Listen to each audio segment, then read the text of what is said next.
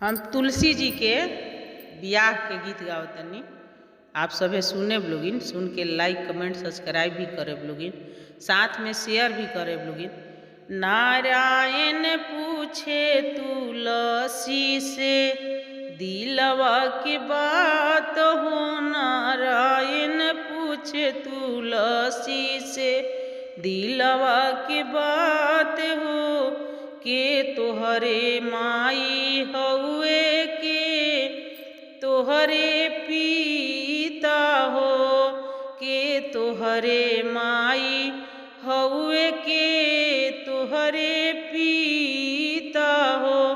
कावना नगरिया तुलसी, कावना नगरिया तुलसी भइल बा बियाह हो, नारायण पूछे तुलसी से दिलवा की बात हो, नारायण पूछे तुलसी से दिलवा की बात हो।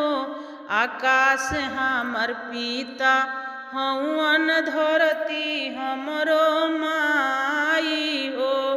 आकाश हमर पिता हवन, धरती हमर माई हो।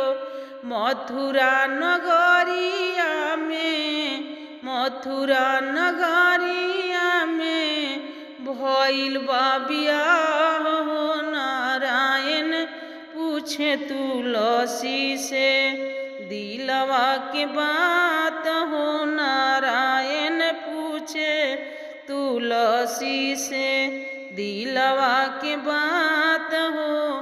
कहाँ तोहरो नैहर तुलसी, कहाँ तोहरो सासुर हो।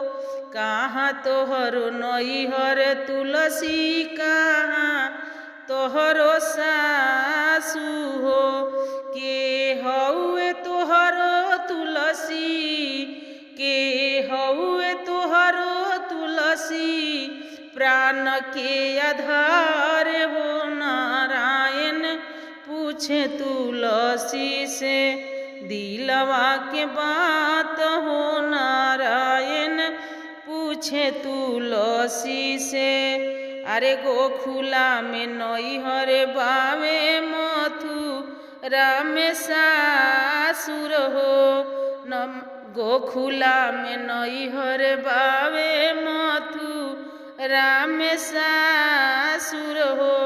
कदमिया के गछिया चढ़ी बसिया बजाए हो, नारायण पूछे तुलसी से दिलवा की बात हो, नारायण पूछे तुलसी से।